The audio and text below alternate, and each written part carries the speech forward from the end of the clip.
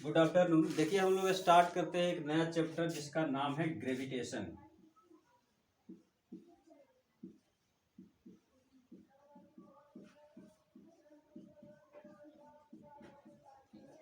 Gravitation chapter start करते हैं, ठीक है, और इसको जल्दी जल्दी खत्म करते हैं।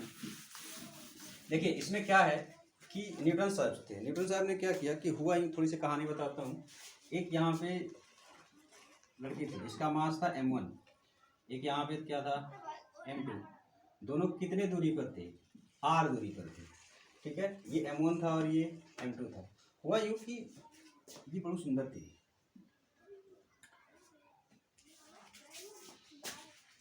तो 53, 54, 55,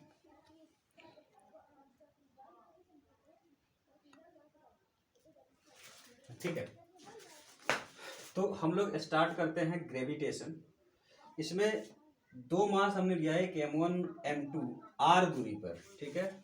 तो न्यूटन्स ने ये बताया कि force between two masses is directly proportional to product of मास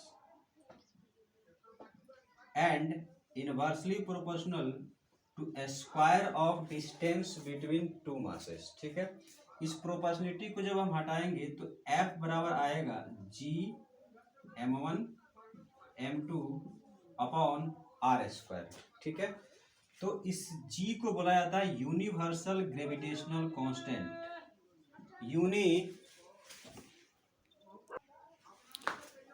इस G का नाम है यूनिवर्सल ग्रेविटेशनल कांस्टेंट और इसकी वैल्यू होती है G की 6.67 इंटू 10⁻⁻11 न्यूटन मीटर स्क्वायर पर केजी स्क्वायर, ठीक है। तो ये न्यूटन्स लॉ ऑफ ग्रेविटेशन था, उन्होंने ऐसे फार्मूला दिया था F बराबर G m1 into m2 by r square, where G is universal gravitational constant, ठीक है। तो आई होप इतना आप लोगों ने लिख लिया होगा। अब आगे देखते हैं।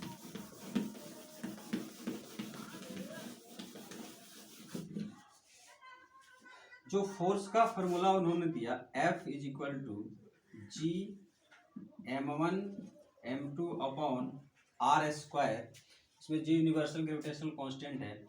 साथ ही साथ उन्होंने ये भी बताया कि ग्रेविटेशनल फोर्स हमेशा अलोंग द लाइन ज्वाइनिंग की तरफ लगती है, यानी कि it always acts along the line joining of centre of mass of the body, ठीक है। यानी कि दोनों के सेंटर को ज्वाइन करने वाली लाइन के अलोंग लगती है, ठीक है। दूसरी चीज, तीसरी, एक तो इन्होंने फार्मूला दिया, दूसरा ये बताया, तीसरा इन्होंने ये बताया कि ग्रेविटेशनल फोर्स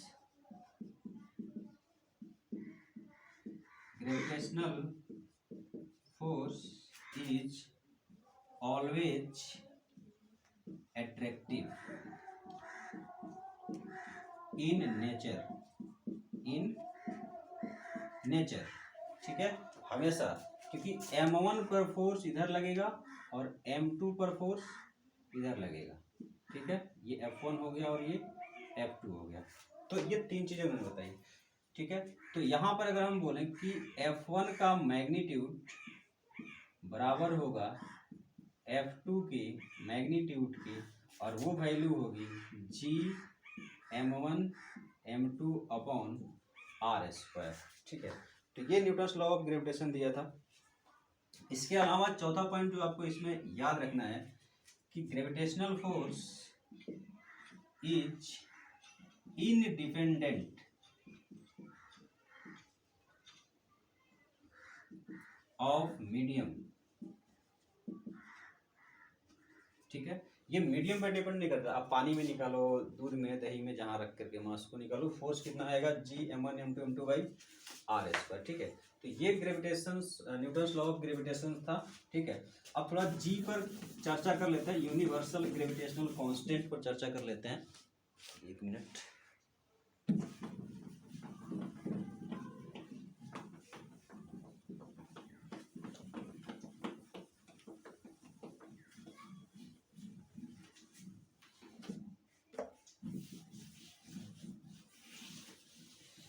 चर्चा कर लेते हैं किस पर, यूनिवर्सल ग्रेविटेशनल कांस्टेंट पर, जी पर, ठीक है। इसको बोलते हैं यूनिवर्सल ग्रेविटेशनल कांस्टेंट, ठीक है। अब जी की वैल्यू कैसे निकाली गई, 1 kg का मास लो यहाँ पर, ठीक है, 1 kg का मास लो यहाँ पर, इन दोनों के बीच की दूरी रखो 1 मीटर, तो फोर्स लिखो, फोर्स क्या लिखोगे, G m1 m2 upon r square, F equal to कितना आया, जी 1 इंटू 1 बाई 1 का स्क्वायर, दैट इज फोर्स बराबर जी। यानी कि यूनिवर्सल ग्रेविटेशनल कांस्टेंट को कैसे डिफाइन किया गया, दो मास अगर 1 मीटर की दूरी पर रखे हों, उनके बीच लगने वाला फोर्स कहलाता है यूनिवर्सल ग्रेविटेशनल कांस्टेंट, यानी कि फोर्स ऑफ अट्रैक्शन। यानी कि इसको ऐसे डिफाइन किया जा सकता है कि universal gravitational constant is force of attraction, force of attraction between two masses, each of 1 kg are placed at a distance of 1 meter, is called universal gravitational constant। इसीलिए इसको यूनिवर्सल बोला जाता है, क्योंकि आप 1 kg को चेंज नहीं कर सकते हो, यहाँ 1 kg को चेंज नहीं कर सकते हो, और इस 1 मीटर को चेंज नहीं कर सकते हो, तो और मीडियम पे तो डिपेंड करता नहीं है, तो कहीं भी ले जाओगे तो इतना ही आएगा, ठीक है। और इसकी वैल्यू जो आती है वो आती है 6.67 इंटू 10⁻⁻11 न्यूटन मीटर स्क्वायर पर kg स्क्वायर, ठीक है। डायमेंशंस आपको आते होंगे इसके। तो ये था यूनिवर्सल ग्रेविटेशनल कांस्टेंट के बारे में। अब बात करते हैं वेरिएशन ऑफ जी, जहां से क्वेश्चंस आपके पूछे जाते हैं जनरली, तो उसके बारे में हम चर्चा करेंगे अब।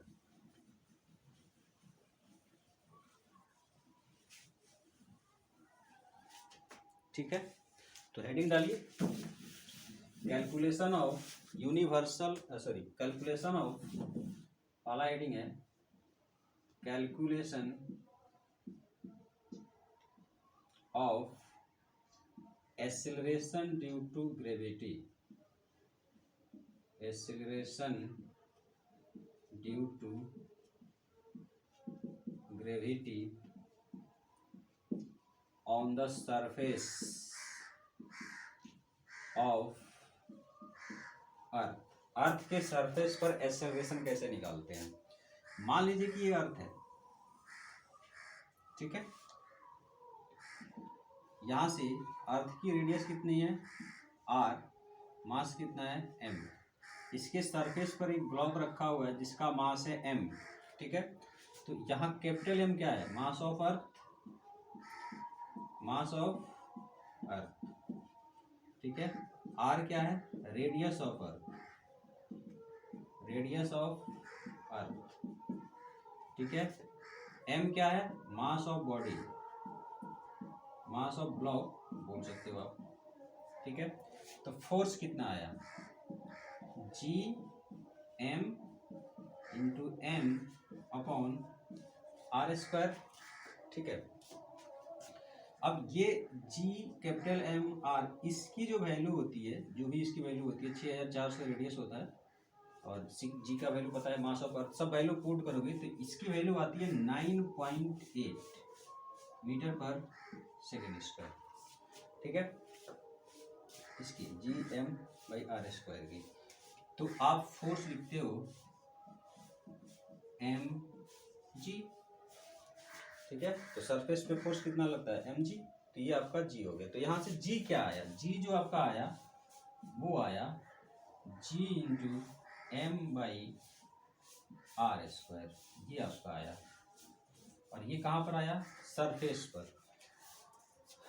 तो ये acceleration due to gravity depend कर रहा है रेडियस कितना है अर्थ का, और डिपेंड कर रहा है कि अर्थ का मास कितना है। मून पर चले जाओगे तो मून का मास रखना पड़ेगा और मून का रेडियस रखना पड़ेगा। तो ये है किसके, सरफेस पर जी, यानी कि calculation of g on the surface of earth that is G/m/r²। ठीक है।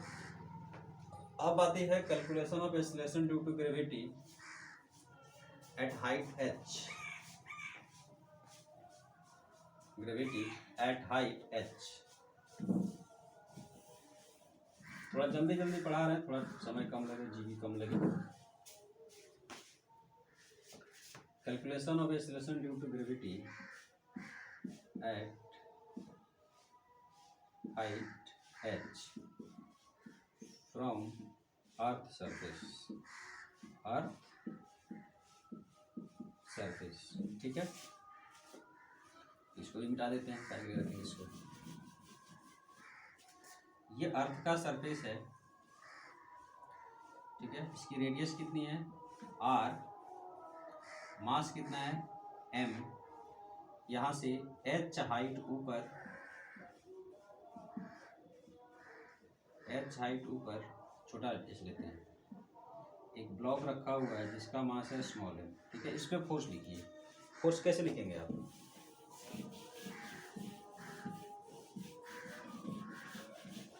फोर्स आप ऐसे लिखोगे ना कि F is equal to G into M into small m by distance. इसका सेंटर यहाँ है और इसका सेंटर यहाँ है, टोटल दूरी कितना हुआ, R plus H, that is R plus H का स्क्वायर, ऐसे लिखोगे। ठीक है, R प्लस H का स्क्वायर लिखोगे। तो यहाँ से फोर्स कितना निकल गया, G/m स्मॉल m बाई, एक काम करते हैं इसमें से R को बाहर लाते हैं। तो यहाँ से R बाहर लगेंगे तो R स्क्वायर के अंदर में है, R जब बाहर आएगा तो R स्क्वायर बाहर आ जाएगा और यहाँ आ जाएगा 1 और यहाँ हो जाएगा H/r का स्क्वायर। हमने क्या किया, इस R को कॉमन किया, तो यहाँ तो R था नहीं, जैसे ही इस R को कॉमन करेंगे तो ये स्क्वायर में है तो R स्क्वायर बाहर आ जाएगा और यहाँ बच जाएगा 1 और यहाँ हो जाएगा H/r का होल स्क्वायर। ठीक है, तो ध्यान से देखो, तो ये जो क्वांटिटी है ये आपका जो है स्मॉल g है। ठीक, और इस फोर्स को इधर जब डिवाइड करेंगे तो हो जाएगा फोर्स बटे मास, इसको बोला जाता है एक्सेलरेशन।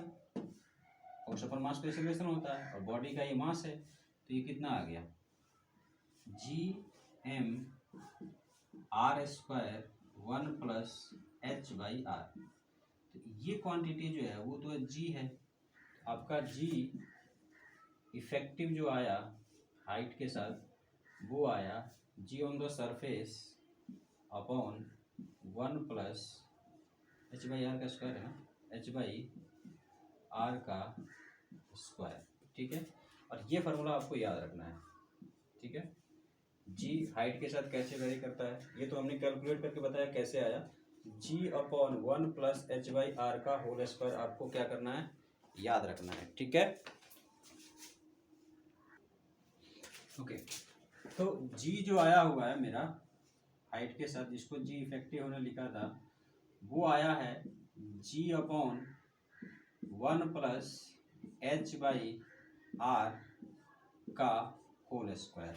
ठीक है, अब हम क्या करते हैं, इसको ऊपर लेके जाते हैं। तो नीचे से ऊपर जब लेके जाए, ये फार्मूला तो आपको याद रखना है, 99% केसेज में आपको सवाल यहीं से बनेंगे, बट अप्रोक्सीमेशन लगाते हैं। ठीक है, तो वो क्या करते हैं, हम लिख सकते हैं G इफेक्टिव, G इसको ऊपर मैं लेके गया, ये हो जाएगा 1 प्लस H/r का पावर -2। ठीक है, और इसमें लगाते हैं binomial x approximation, binomial approximation. ठीक है, तो बाइनोमियल अप्रोक्सीमेशन जब लगाते हैं तो ये पावर आएगा यहाँ पर। ठीक है, तो ये हो जाएगा G effective G1 minus 2h/r। ध्यान रखना ये अप्रोक्सीमेशन लगाने के बाद आया है, लेकिन रियल फार्मूला कौन सा है ये। तो 99% केस में ये यूज करेंगे, 1-2% केस में ये। अब समस्या ये है कि इसको कब यूज करें और इसको कब यूज करें, ठीक है।